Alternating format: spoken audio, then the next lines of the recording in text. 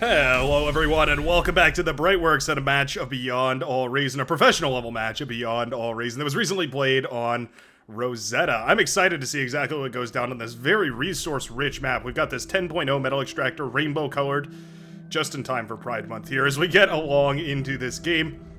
Apparently some cheeky shenanigans went down on this map that usually doesn't go for too long. I wouldn't be surprised if this match doesn't go for too long. I didn't check the replay time on this one, but I wouldn't be surprised if it doesn't go for all too long, just because of the fact that there's so many resources out on this map, so much metal available for each and every commander here. Usually the pros know how to leverage that to their strictest advantage. Now spawning right here on the northern side is a blue Cortex commander, a commander that goes by the name of Delphi, the Wah clan. Is it Wah or Wah? I'm not sure. Wah would be orcs, Wah would be like crying, I guess. Either way, the Wah clan, Wah clan, led by Delphi right here. 43 true skill.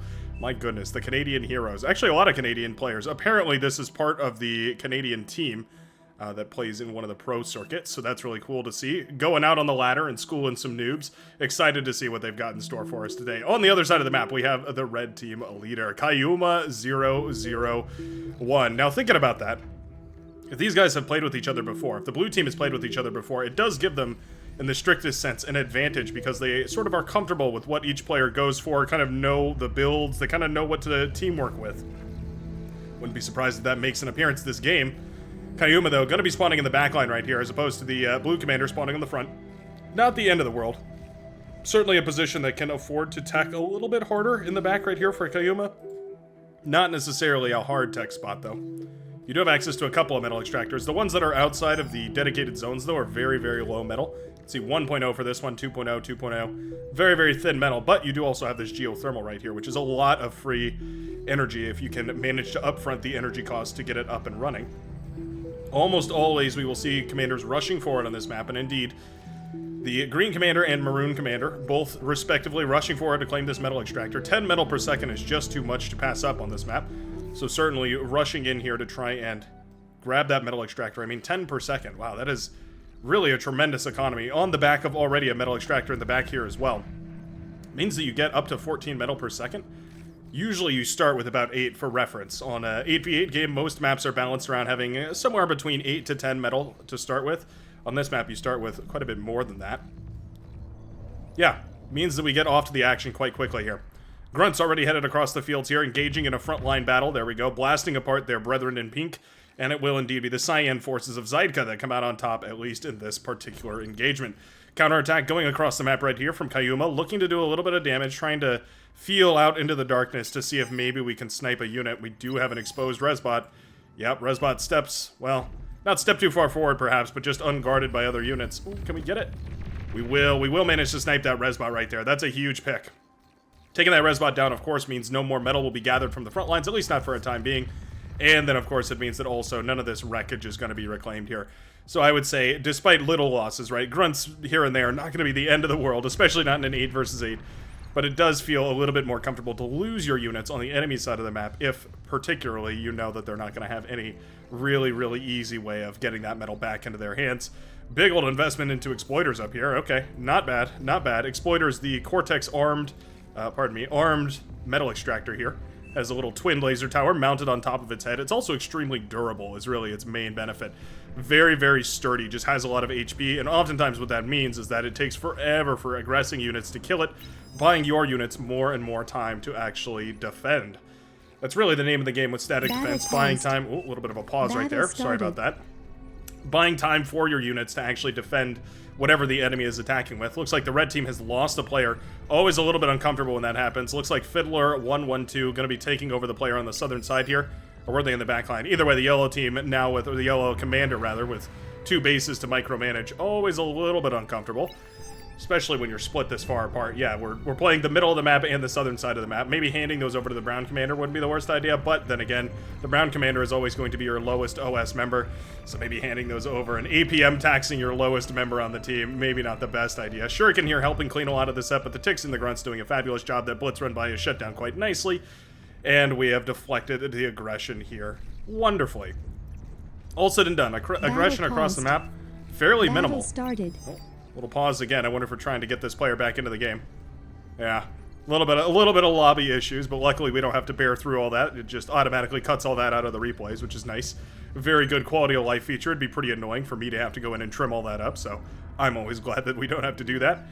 Fiddler 112 though, continuing to step forward here. Are we gonna go for air? We have gone for air. Okay, yeah. Yellow Commander has an air lab up and running. We're going to go for some advanced solar panels as well. We have the geothermal. We have the bots coming out of this lab. It's a tricky situation because now this commander essentially is frontlining with twice the eco of a frontliner. It can oftentimes be detrimental to a team in the long run because it means that you essentially haven't invested as much metal into your backline as you probably expected to. But it means that for the time being on the front line here, there's going to be way more units. You can see these aggravators came out in bulk, in mass, in speed.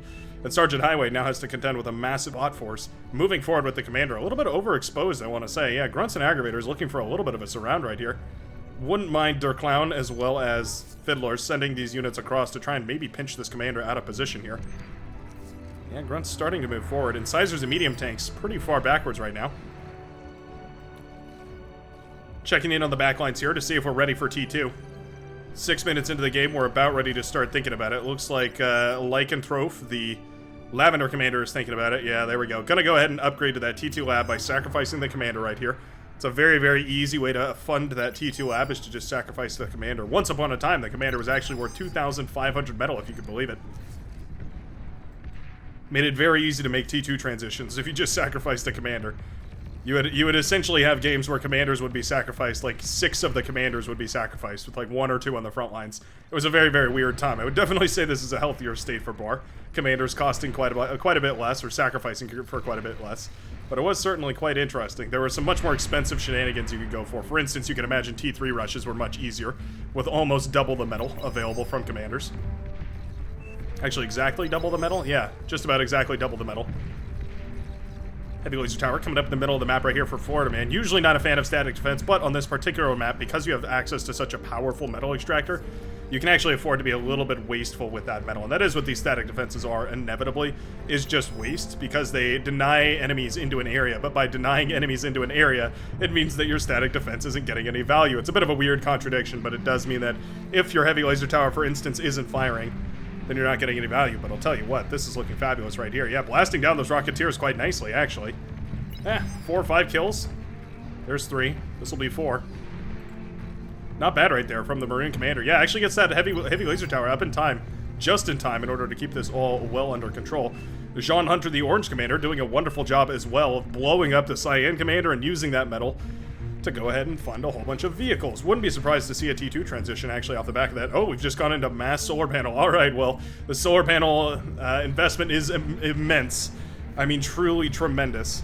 Little flying aggravator right there. Always cool to see as well. And here's some shenanigans. All right, interesting. We've got a T2 lab co-opted right here by the Lime and Blue commanders. Yep, both of the Wa clan, Ural and Delphi, working together to spam out some of those Fat Boys. I think I'd love to see it. Fat Boy's going to be devastating on the front line here. Amayu 98, the Hot Pink Commander, still on T1 with not really any hope of a T2 transition in sight. We do have a T2 Constructor coming out somewhere. Not sure where, though. We have the shadows of the plans for T2 Constructors, but the those plans for that Death Star have been long gone. Not sure where the T2 investment is to keep capitalizing on it. Medium tanks continuing to shut down some of this static defense over here, doing a great job of it. There we go. Czar cries out the Orange Commander. Close, but not quite, as the Fat Boy starts to march forward. Definitely going to be a difficult one to deal with. We start up a radar jammer immediately. That is the right response. One of the few ways that you can effectively deal with a Fat Boy or a Czar, either one of them, is to go for a radar jammer. Did we actually see the radar jammer there? Oh, we totally did. All right, radar jammer was spotted right there. That's huge. Down it goes. Suddenly, if we take a look at the blue player's view, yeah, realizes, hey, there's some cloaked moving around in the shadows over there. Better avoid that. Just going to keep marching forward with the Fat Boys. Really, really lovely stuff. Fat Boys effectively the Czar equivalent here.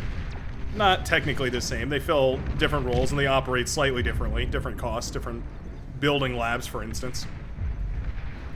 But certainly very, very heavy artillery. Perfect for blasting away T1 units on the front. Lobbing their gigantic projectiles across the map and devastating the units. What a beautiful explosion of T1 units right there. The Fat Boy, perfect for those cinematic shots. Definitely a thumbnail maker for sure. Commander goes down. Fighters in midair clashing with each other. Pew, pew, pew. Those toy planes colliding in midair. The Valiants fighting against each other. I'm sure those fighters, the pilots of those fighters, combining words out here. The wordsmith, the Brightworks. I'm sure those fighters don't feel like they're toy planes, but I know to us they kind of look like it, right? Very tiny little fighter jets right there, flying around.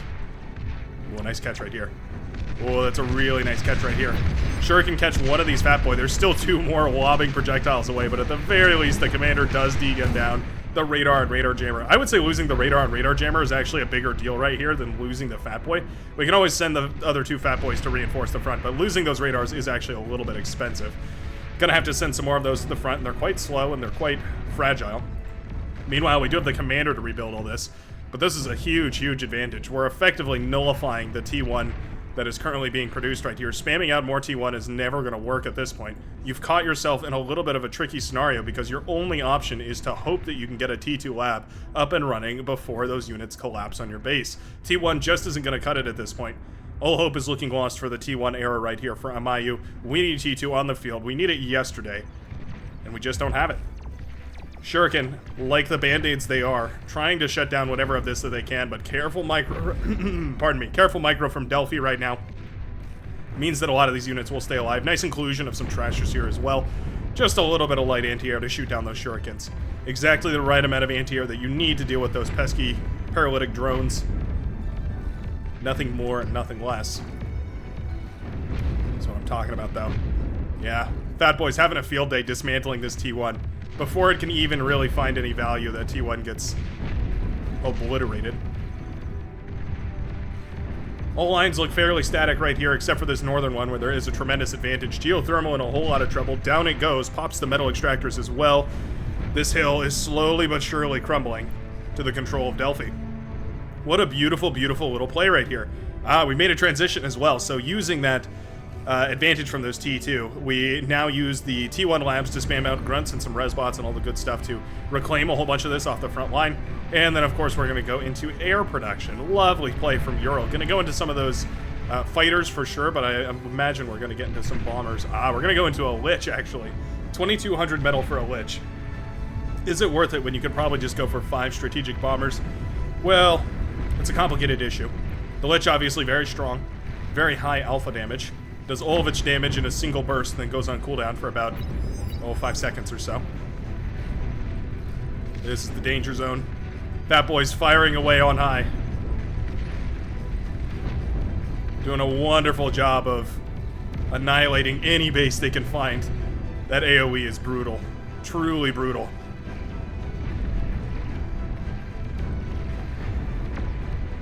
One inclusion here that I think might be well worth it is a couple of welders. To the day I die, I will continue to spout off about how important including welders is. They're just durable enough that they can contend against this T1. They're also fairly cheap, at least for T2 era units anyway, which means that you can, of course, spam them out relatively quickly. They do good damage, and especially good against welders here. This is, as of recording this, just after the live stream is finished, where I got a chance to speak with Hornet, who is one of the developers, one of the key developers leading the Legion development. There's a whole team now, though, and we got to speak with another developer as well. It was a blast. You should definitely go check out the VOD, which does go live just as soon as those live streams do finish up, or at least pretty soon after those live streams finish up. But one of the things we talked about was that sort of thing. The difference between high alpha damage and how you can use it. Commander goes up in smoke right here. Good old-fashioned T1 spam accompanying these Fatboys here. Nice control from Delphi. Not overstepping with these Fatboys, not using them too aggressively and losing them to a D-gun. You have to be so careful about it, but if you can manage to pull it off, you find yourself in a really nice position.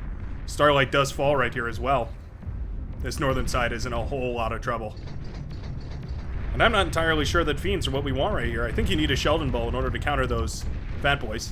Fatboys with a range of 700. A little bit of a run by over here as well. Grunts getting into the back line. Blasting down some wind turbines and stuff. Sure, why not? Sheldons, there's some.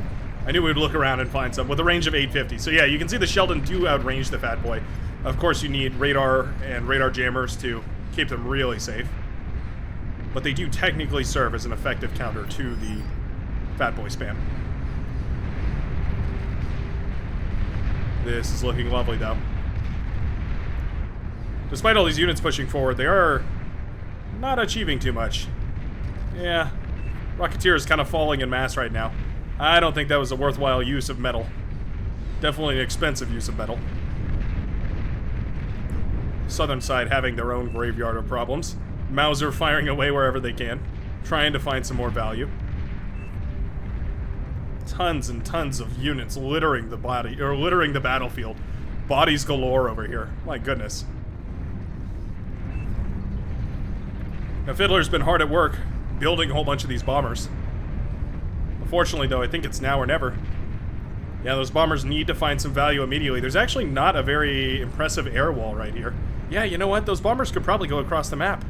Fiddler, without any scouting, doesn't realize that those bombers are the ticket back into this game. But if those bombers, for instance, took out this entire southern side, wiped out all this production, and allowed, well, Fiddler's ground forces to push forward right here, I think it could actually be a huge advantage. Obviously, that all comes at the cost of scouting information, right? You need to have the vision in order to realize all that. And unfortunately, it just isn't the case. Could be a tremendous APM tax, too. Wouldn't be surprised if that's the case. Obviously, controlling an entire ground army while micromanaging a bunch of fighters. Air essentially requires an entire player all to themselves. You can't really split your attention when you're playing air. You start to lose fighters and shuriken and all sorts of stuff just like this. So I think this is probably a little bit of a problem. Yellow Commander definitely struggling to keep up with the speed of the game here. Constructor reclaiming from the front line right here. A bunch of Pitbull pop-up turrets. Pitbull pop-up turrets. Yeah, there we go. That's a tough one. Sheldon blasting in on a lot of this static defense. Red Commander effectively wiped out of this match. We do have anti-air flak trucks as well as anti-air bots. Just about enough to make it all viable here. Sergeant Highway in a little bit of trouble. Here we go. Bombers headed across the map. Gonna go after the geothermal here. Definitely a prime target. Not bad. Sam turret's gonna start working on those bombers, but there's no air response. Yeah, these bombers have no contest. They're bombing blind, so they don't actually know what they're gonna be targeting over here. Could have targeted the advanced solars, for instance. Oh, those T2 fighters are quick, though, and they do shoot down those bombers. What a bummer. If those bombers had moved across the map, I think about 15 seconds earlier, maybe even quicker than that, maybe 30 seconds to a minute earlier, they probably could have been able to do game equalizing damage here. But already with the Red Commander down, with the loss of the 40 metal per second metal extractor, the red team has definitely lost a tremendous portion of the advantage. One of the things the pros are so good at is claiming these metal extractors as they move forward. You can see Delphi locking down each and every one of those mexes here as they step forward. We need to see it from everybody else out here. We do have a T2 constructor trying his very best, but it is difficult to micromanage all that. Down goes the Geo, though, for the Yellow Commander. All that's left is a single commander right here in the middle of the map, and I think we all know where this match is heading, inevitably. Yellow Commander is finally spotted, and they decide to throw in the towel. Beautiful, beautiful match right here from these blue teammates. Love the teamwork over on the northern side to pump out those fat boys. Definitely what ended up swinging this game in the favor of the blue team, using the advantage that T2 brings to usher in a glorious victory in this match of Beyond All Reason. Thanks a ton for watching. If you made it this far, always appreciate a like down below. Don't ever feel compelled. You can always dislike if you particularly disenjoyed this game, but you know, helps me out quite a lot, and I appreciate you immensely for it. Other than that, though, I hope you have a great rest of your evening or your day or whatever time it is, and I hope to see you in the very next game of Beyond All Reason. Peace out, everybody.